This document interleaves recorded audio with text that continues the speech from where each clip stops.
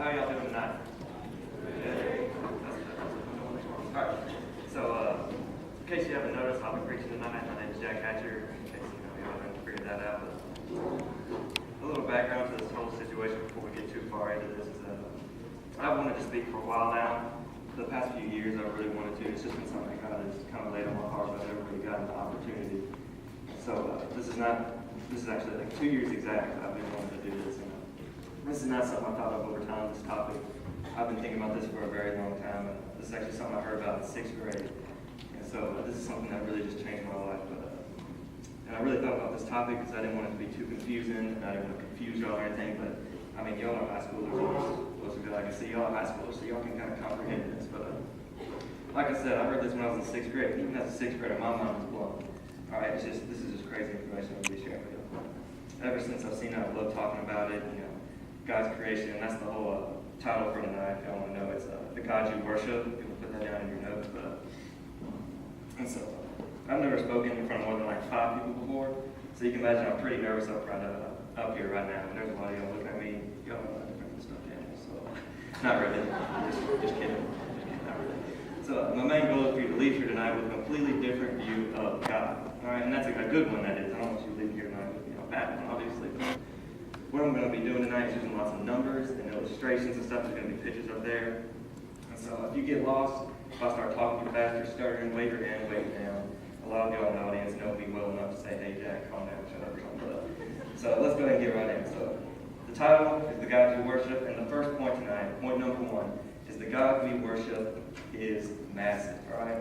I'm going to read some scripture real quick. All right? This is Isaiah 40, 21 through 22. Do you not know? Do you not hear? Has it not been told you from the beginning? Have you not understood from the foundations of the earth? It is he who sits above the circle of the earth, and its inhabitants are like grasshoppers, who stretches out the heavens like a curtain and spreads them like a tent to dwell in. And that's Isaiah 40, 21 through 22. But what Isaiah is saying here is that he can't believe anyone can doubt the greatness of God. And even I'm going to agree right with him. You walk outside, you look up in the sky, you look at anything, you can see God's creation is everywhere. It always points right to him. That's later, but it also says, he who sits above the circle of the earth, which also proves that the earth is not flat. That kind of weird meaning. But he created it, and it's awesome. It's massive. He stretches out like a curtain, meaning that it's being stretched out like a curtain, so it's always getting bigger. And with all the technology we have yet to find an end to the universe. And so every time we make a new and bigger telescope, we shine in the sky, we see something cool, and God's just up there like, all right, cool, you saw this, now go back and make a bigger one. Come back, look back up here, I got something else to show you. God is up there like, come on, build it faster. I got stuff up here that will blow your mind. And that's what I'm going to try to do tonight. So starting off tonight, I want to show you where you live. Johnny can put that up there. The Milky Way Galaxy is where we live tonight. You're like, oh no, I live in Memphis, Tennessee. No, you don't. You live in the Milky Way Galaxy. By the way, the Milky Way Galaxy contains about 100 billion stars. Some of you who weren't paying attention in 6th grade, it contains 100 billion stars. Tonight we're only going to be talking about 3 of them, so you're like, it's kind of a bummer we can't get through all of them, but I think that much time. And it is 100,000 light years across. And some of you are like, all right, what's a light year? You're already losing me. I'm sorry, but a light year, okay, first off, light travels at 186,000 miles per second. That's really fast. Some of you are like, I can't even run that fast. Yeah, exactly. And Genesis 1:3 says that in the beginning, when God said, let there be light, there was light. When God said, let there be light, he got what he wanted, and it came out of his mouth at 186,000 miles per second. Some of you are like, okay, that's a little different than just reading it like that. But so this means a light year is how far light travels in 1 year. So you take 186,000 miles per second, whatever, go for 1 year, and that's 5.88 trillion miles. And when in God's universe, we have to use this measurement called a light year, that's 5.88 trillion miles long, because in space, the inch, meter, yardstick, mile, kilometer, none of that, it's all useless up there. You got to use something that's 5.88 trillion miles long. And it's crazy. But also the Milky Way Galaxy, like I said, it's where you live tonight, and you're like, well, I don't see us up there, right? You're looking up there like, where's the sun and everything? Well, you're probably like, that's us in the middle right there. That's the sun, right? In the middle. Actually, no, that's not somewhere we want to be. That's actually dangerous territory. We're also not in the bands, because that's also dangerous territory. But if we were up there, we'd be somewhere around here. That's us, all right? So just bear with me, but that is us right up there. And real quick, let's just say our solar system is the size of a quarter. So you know all the planets, you go from the sun all the way up to Pluto. That's the farthest one. Our solar system is a quarter right now, right? Just bear with me. The Milky Way galaxy would be the size of the entire North American continent. That's how big the Milky Way galaxy is. And it's just one of hundreds of billions of other galaxies in the known universe. But before I get too far and lose y'all, we're going to go to some smaller stars. Speaking of our solar system, this brings us to our closest star and the only star in our solar system, which is our sun. Yeah, thanks for paying attention in 6th grade. So, the sun is very important to us tonight because it's a beautiful thing, right? Some of you are like, well, the sun's stupid, it makes me sweat all the time. Actually, this is where the second point comes in, is that the God we worship tonight is beautiful. Alright? So let's talk about the sun for a few minutes. Alright, so a few characteristics to put down if you want to take notes on this is that it's hot. Just like I said, it's 10,000 degrees Fahrenheit to be exact. And the sun is also 93 million miles away, and it's only taken the heat of the sun's light 8 minutes to make that journey. Massive. It's like 1,000,000 times the size of the Earth. Is it up there? The sun up there? There's the sun. Okay, yeah, that's the sun right there. It's not so happy, smiley face, little arrow going around in the corner of your drawing, right? But it's 1,000,000 times the size of the Earth. Come on, is that not getting any of y'all's attention? All right, so I thought I would need this tonight, right? So this is going to be Earth tonight, right? Everyone see us up here? Nod your head. You see Earth? You see us up here? Everybody? Don't really nod your head. I guess you can't see us.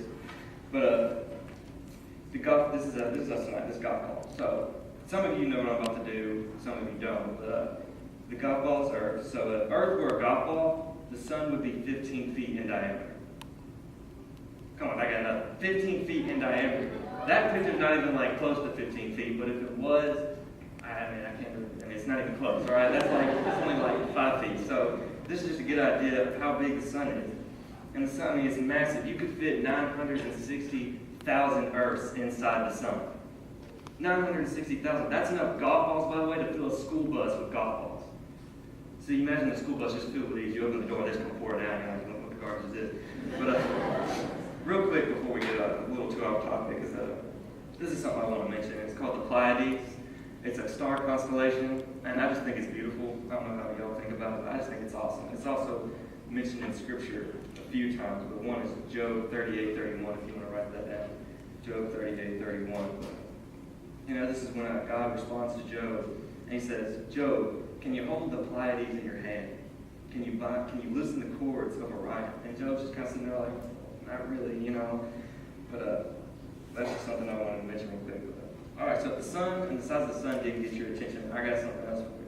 This star is Betelgeuse or Betelgeuse, whichever one you want to call it. I'm going to go with Betelgeuse just because that sounds a lot better. But there it is. You can see Orion's belt, your stars up in the top left up there. And right here in this picture is just a little, little orange dot. But no, it's not. It's 427 light years away. So if you want to go see it, for spring break, if you want to travel over there, you just got to go 186,000 miles per second for 427 years, and boom, you're there, and you can take pictures for me, because everyone in Memphis is a photographer now. So now the thing about Betelgeuse is the size of Betelgeuse, right? The size of it. All right, so it is twice the size of. What do you think I'm going to say? The sun, you think it's twice the size of the sun? No, Betelgeuse is twice the size of Earth's orbit around the sun. And so if you were to put Betelgeuse where the sun is, it would reach all the way out to Jupiter. I think Jupiter, I can't remember. But if Earth were a golf ball, so some of you are kind of listening and you're like, oh, yeah, this is us right here. If Earth were a golf ball, Betelgeuse would be the height of 6 Empire State Buildings stacked on top of each other. Alright, so that didn't get your attention either. Has anyone actually seen the Empire State Building? Say aye, raise your hand. That's what we actually do what I say. Alright, so, if you've seen it, it's like 1,100 feet tall. So you take your golf ball, next time for those of you that go to Park, you can do this one. I'm not going to go to New York, my bad. Alright, you take your golf ball up there, you're going to go set it, down beside of the Empire State Building. You're going to walk across the street, and then in New York, there's billions of people, no one's going to think you're weird or crazy. And so you're going to sit there's your golf ball, there's Earth, there's us. You're going to look up at the Empire State Building. Imagine 5 more on top of each other. And that's Betelgeuse, and somewhere here's Earth, and somewhere you're on it here tonight. And if that's not blowing your mind, you could fit 262 trillion Earths inside Betelgeuse. Alright, there we got somebody. But that's enough golf balls, 262 trillion. That's enough golf balls if Earth were a golf ball to fill up the with golf balls. 3,000 times. Yeah, that part got your attention, didn't it? So when I heard this as a 6-year-old, I was blown away. Is anyone with me tonight? Y'all still paying attention? I can see some of y'all are like, what is he talking about? Yeah, I'm talking about science at a, church. Yeah, that's right. I think God created all this, why not? But if you still can't comprehend AP, and I can't either tonight. Here's a little something to have. All right, here's comes some numbers, and math. I'm like, well, it's kind of school. I don't want to hear this. Sorry. Here's some numbers. So 1,000 seconds ago, 17 minutes ago. It's pretty cool, right? And, we're going to go a little bigger, so keep on, keep paying attention. 1,000,000 seconds ago, 12 days ago. So you're like, oh, wow, it's like, 2 weeks ago, right? Okay, so 1,000,000,000 seconds ago, though, you're like, oh, yeah, we're going, what, like Christmas, November 2nd, that's my birthday, by the way. But no, November, you're like thinking, a few months ago? No, 1,000,000,000 seconds ago was 32 years ago. That's the 1980s. I, for one, was not there at that time, so I don't know what was going on in the 1980s, but I guess it's pretty cool stuff. And so that's not even the biggest one we got next. Next is 1 trillion seconds ago. You're like, okay, 1 trillion, so we're going back to like what, Christopher Columbus? No, not even close. 1 trillion seconds ago was 31,709 BC, was 1 trillion seconds ago. And that's a long time ago, in case you haven't noticed. And it's a huge number we're dealing with here tonight, and you can fit 262 trillion Earths inside this star, Betelgeuse. And guess what? Betelgeuse isn't even the biggest star out there. All right? If you're still with me, next we have Canis Majoris. So you're like, that sounds pretty cool. I think it sounds pretty cool. And translated, Canis Majoris means the big dog star or great star, and that actually makes sense. But actually, while doing some research a few weeks, I actually found out that this isn't even the biggest star anymore. It has been bumped down to number 8. And so you're like, why don't you tell us the biggest one? Well, I couldn't get the information for that just because I'm not smart enough. So, but anyways, Canis Majoris is 4,892 light years away. And so just like I said, 186,000 miles per second, 4,892 light years, you're there. Have fun. Go play on the parks or something. Okay, so, and here it is in the skies at the picture. Yeah, once again, it's just like it's the big bright one right there in the middle, obviously. But it's just, a little star on the picture here, and you can't really get it. But yeah, it's the big scary one right there in the middle. But here's the thing about Canis Majoris. If Earth were a golf ball, again, we'll bring it back into the golf ball. Here we are, floating around. Yeah, okay. So if Earth were a golf ball, Canis Majoris would be the height of Mount Everest. Mount Everest. Has anyone been to the top of Mount Everest here? Anyone? Okay, I didn't think. Oh, yeah, okay, yeah. So next time you go up there, though, for me, take a golf ball, and I want you to hold it up there, and then take a picture so I know. But Canis, it would be the height of Mount Everest, the highest point on Earth. That's 6 miles above sea level is how high this mountain is. And if that's just, you got your golf ball, and then you got 6 miles. It's just crazy. So, and I doubt, like I was saying, no one's been up there. But did you know? Probably not. But did you know you could fit 7 quadrillion Earths inside Canis Majoris? And quadrillion I didn't mention earlier. I got to trillion. Not as big as I went, but quadrillion is a big number. I remember that like a quadrillion seconds ago, right? I told you 1 trillion was 31,000 BC, but a quadrillion seconds ago was 30,800,000 years ago. That's how big a quadrillion is. And once you get that in your mind, you're like, okay, that's a big number. You can fit. And by the way, that is enough golf balls, if Earth were a golf ball, to fill the entire state of Texas with golf balls. 22 inches deep. So just imagine going around Texas next time you're there. Just imagine golf balls everywhere, about like this deep. And that's, that's how many you can fit inside the stars, 7 quadrillion. In Psalms 33:6, I can flip to it with me real quick. Psalms 33:6 tells us, by the word of the Lord the heavens were made, and by the breath of his mouth all their host.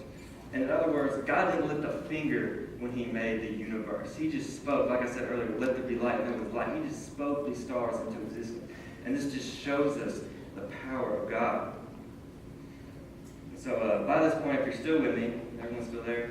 Some people might have found but if you're still with me, you're kind of thinking, well, Jack, I feel kind of small now. You're like, we're maybe not the biggest, not the biggest thing around. You're not big stuff somewhere anymore. But listen, I didn't come up here to make you feel small tonight. I came up here to tell you that you are small, and God is big. So even I get a shrinking feeling. You may think that I have to big up your talent. No, even I get small when I hear this information. And it's not a bad shrinking feeling, all right? You got to get that in there. It's not a bad one. It's a good one, all right? And you're like, well, how's the shrinking feeling good? It's one that, to me, said that you're small, God is big. But the thing is, even with all his creation, God still loves you so much. So much, by the way, John 3:16, we all grew up learning it, right? So much, by the way, that he sent his only son to die for you. And not just die, I mean crucified, brutally. And that's just something you got to get your mind around tonight. And so, like I was saying, he loves you so much, and he knows everyone in this room by name. In Psalms 139:14, let's do it real quick so I can read it. Psalms 139:14, some of you may know it, but it's, I praise you, for I am fearfully and wonderfully made. Wonderful are your works, my soul knows it very well. And what's that saying? It's like ever since we were born, ever since we were being formed in our mother's womb, and that sounds weird, you're like, you're a high school, why are you talking about this? I'm sorry, but ever since that moment, God has been creating us. We were fearfully and wonderfully made by the Creator. And all this that you've seen, and all these pictures and stuff, all of that was created by God. And he created you, and he loves you. He knows you right there, up on your head, you right there. He knows the hairs on your head, he loves you. He knows you over here. Yeah, you're looking at me, I see. He knows you, he loves you, and knows the hairs on your head. And this is the last point that we come to, and that's God's creation always points back to him. So if you're taking notes, you can write that down. I think you can, it's on the screen. Also, another verses to go through are Psalms 148:3 and 13. I'm going to read those for you real